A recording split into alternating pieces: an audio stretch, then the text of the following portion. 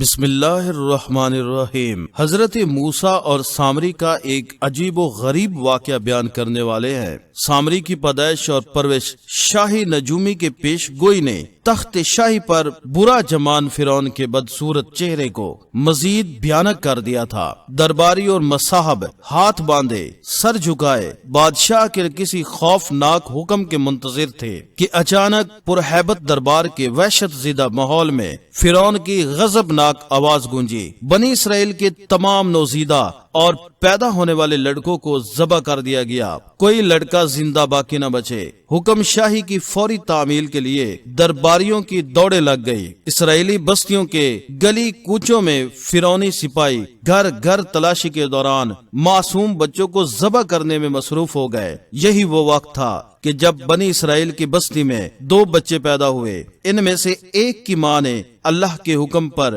اپنے لختے جگر کو ایک ٹوکری میں لٹا کر دریا کی موجوں کے حوالے کر دیا اور یوں وہ بچہ فرعون کے محل کے اندر پہنچ گیا۔ دوسرے بچے کی ماں نے فرعونی سپاہیوں کے ڈر سے بچے کو پہاڑ کے ایک غار میں بند کر دیا۔ حسن اتفاق دونوں بچوں کا نام موسیٰ تھا۔ فرعون کے محل میں پہنچنے والا بچہ موسیٰ بن عمران علیہ السلام تھے، جن کی پرورش محل کے عالیشان ماحول میں فرعون کے ہاتھوں ہوئی، جبکہ دوسرے بچے کا نام موسیٰ بن ظفر تھا۔ پہاڑ کے بند غار میں اس کی پرورش حضرت جبریل امین نے کی۔ اللہ کے دشمن فرعون کی سرپرستی میں پلنے بڑھنے والا بچہ نبوت کے عظیم منصب پر فائز ہوا، جبکہ روح الامین حضرت جبرائیل کے ہاتھوں پروان چڑھنے والا بچہ بدی کی علامت بن کر تاریخ میں برے الفاظ سے یاد کیا جانے لگا۔ سامری کون تھا؟ حضرت مولانا مفتی محمد شفیع تحریر فرماتے ہیں کہ مشہور یہ ہے کہ سامری کا نام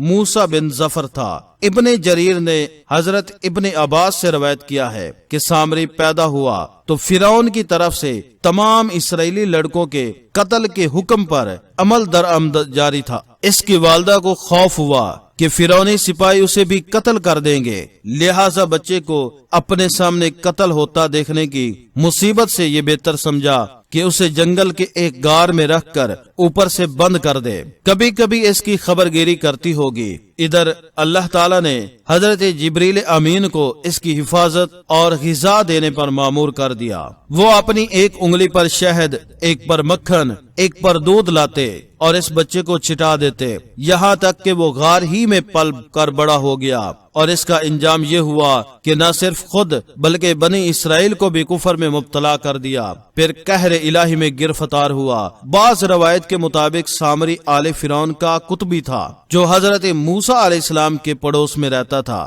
اور ان پر ایمان لے آیا تھا۔ جب موسیٰ علیہ السلام بنی اسرائیل کو لے کر مصر سے نکلے تو وہ بھی ساتھ ہو لیا۔ بعض روایت میں ہے کہ وہ بنی اسرائیل ہی کے ایک قبیلے سامرا کا رئیس تھا۔ قبیلہ سامرا ملک شام کا معروف قبیلہ ہے۔ حضرت سعید بن جبیر نے فرمایا کہ سامری فارسی تھا اور کرمان کا رہنے والا تھا۔ حضرت ابن عباس نے فرمایا کہ وہ ایک ایسی قوم سے تعلق رکھتا تھا جو گائے کی پرستش کرنے والی تھی۔ وہ کسی طرح سے مصر پہنچ گیا تھا اور بظاہر دین بنی اسرائیل میں داخل ہو گیا تھا، مگر اس کے دل میں نفاق تھا۔ حاشیہ قرطبی میں ہے کہ سامری ہندوستان کا ہندو تھا جو گائے کی عبادت کرتے تھے اور موسیٰ علیہ السلام پر ایمان لایا، لیکن بعد ازاں کفر کی طرف لوٹ گیا، یا پہلے ہی اسے منافقانہ طور پر ایمان کا اظہار کیا۔ واللہ عالم۔ فرعون عبرت کا نشان بن گیا۔ فرعون بحیرہ احمر میں غرق ہو چکا تھا،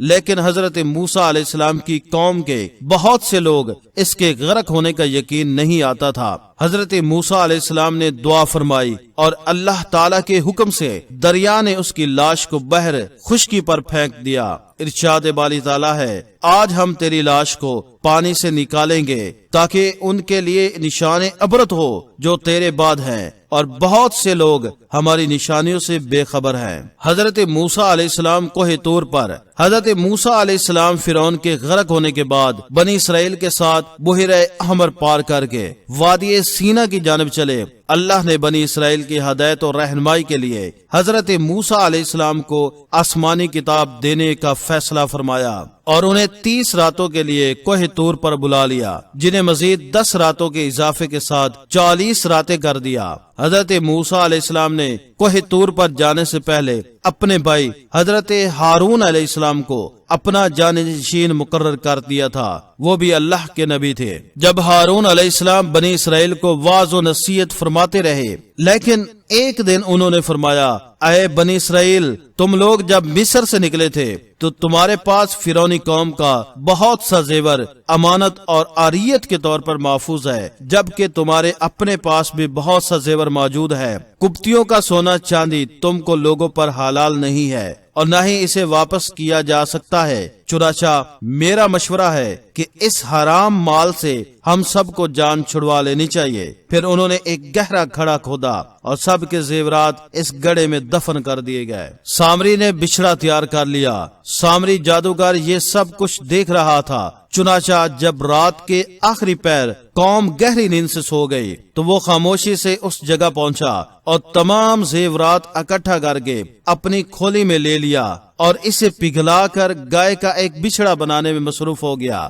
سامری نے حضرت جبرائیل علیہ السلام کے گھوڑے کے سموں کے نیچے سے مٹی بھی اس میں شامل کر دی۔ یہ مٹی اس کے چپکے سے اس وقت لے لی تھی جب حضرت جبرائیل علیہ السلام بنی اسرائیل کو دریا پار کروا رہے تھے۔ بچھڑا جب تیار ہو گیا تو اس کی خاصیت یہ تھی کہ جب اس میں ہوا داخل کرتے تو یہ بیل کی آواز نکالتا۔ سامری کے بچھڑے کی پوجا کوہ طور پر اللہ تعالی نے حضرت موسیٰ علیہ السلام کو اطلاع دی کہ اے موسیٰ، سامری نے تیری قوم کو گمراہ کر دیا ہے۔ ارشاد باری تعالی ہے، اے موسیٰ، ہم نے تیری قوم کو تیرے پیچھے آزمائش میں ڈال دیا ہے اور انہیں سامری نے بہکا دیا ہے۔ باری تعالی جب موسیٰ علیہ السلام کو یہ اطلاع دی تو وہ سخت غم و غصے میں آ گئے، کیونکہ ان کی قوم نے ان سے وعدہ کیا تھا کہ ان کی کوہ طور سے واپسی تک وہ اللہ کی اطاعت و عبادت کرتے رہیں گے، لیکن نہ تو انہوں نے حضرت موسیٰ علیہ السلام کی واپسی کا انتظار کیا اور نہ ہی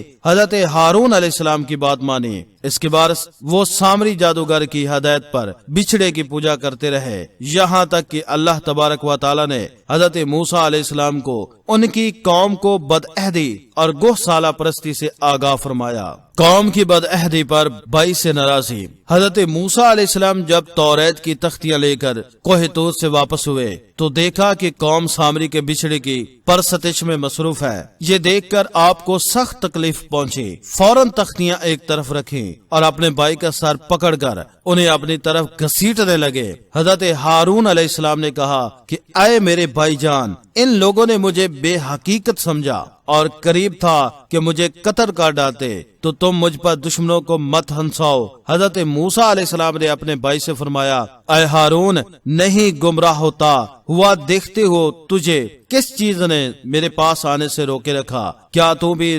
نافرمان بن بیٹھا؟ اس وقت حضرت موسیٰ علیہ السلام نے نہایت ہی غصے کی حالت میں اپنے بھائی کی داڑھی اور سر پکڑ کر جھنجھوڑا اور پوچھا، جس پر حضرت ہارون علیہ السلام نے انہیں اتنا سخت رویہ اپنانے سے روکا۔ ارشاد بالی تعالی ہے، ہارون علیہ السلام نے کہا، اے میرے ماں جائے بھائی، میری داڑھی نہ پکڑ اور سر کے بال نہ کھینچ، مجھے تو صرف یہ خیال دامن گیر ہوا کہ کہیں آپ یہ نہ فرمائیں کہ تو نے بنی اسرائیل میں تفرقہ ڈال دیا اور میری بات کا انتظار نہ کیا۔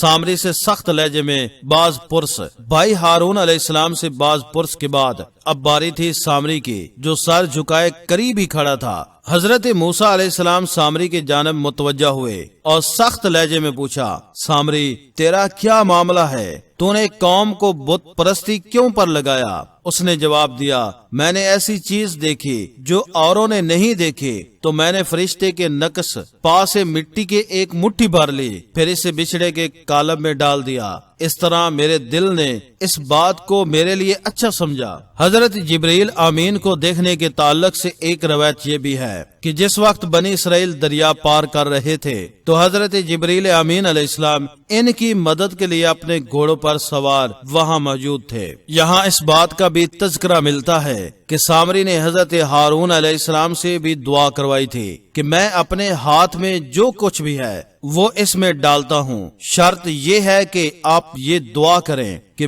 جو میں چاہتا ہوں وہ ہو جائے۔ حضرت ہارون علیہ السلام اس کے نفاق اور گوسالہ پرستی سے واقف نہ تھے، لہذا دعا کروا دی اور اس نے وہ نشان قدم کی خاک اس میں ڈال دی تو حضرت ہارون علیہ السلام کی دعا سے اس میں حیات کے آثار پیدا ہو گئے۔ عبرت ناک سزا۔ حضرت موسیٰ علیہ السلام نے سامری کے لیے جو سزا تجویز کی اسے قرآن کریم نے یوں بیان فرمایا ہے، کہا اچھا جا دنیا کی زندگی میں تیری سزا یہی ہے کہ تو کہتا رہے کہ مجھے نہ چھونا، اور ایک اور بھی وعدہ تیرے ساتھ ہے جو تجھ سے ہرگز نہ ٹلے گا، اور اب تو اپنے اس معبود کو بھی دیکھ لینا جس کا تو اعتکاف کیے ہوئے تھا، ہم اسے جلا کر ریزہ ریزہ کر کے دریا میں اڑا دیں گے۔ اور پھر ایسا ہی ہوا، وہ ایسی خطرناک بیماری میں مبتلا ہو گیا کہ ساری عمر یہی کہتا رہا مجھ سے دور رہو، مجھے نہ چھونا، اس لیے اسے چھوتے ہی چھونے والا اور سامری دونوں شدید بخار میں مبتلا ہو جاتے۔ اس لیے جب وہ کسی انسان کو دیکھتا تو فوراً چیخ اٹھتا لامساس، پھر وہ انسانوں کی بستی سے نکل کر جنگل میں چلا گیا جہاں اس نے جانوروں کے ساتھ حیوانوں کی طرح زندگی بسر کرنا شروع کر دی اور یوں عبرت کا نمونہ بنا رہا۔ گویا دنیا میں لوگوں کو گمراہ کرنے کے لیے جو شخص جتنا زیادہ مکر و فریب، جھوٹ، فراڈ اختیار کرے گا، دنیا اور آخرت میں اس کی سزا ابھی اسی حساب سے شدید تر اور نہایت ہی عبرتناک ہوگی۔ Thanks for watching video.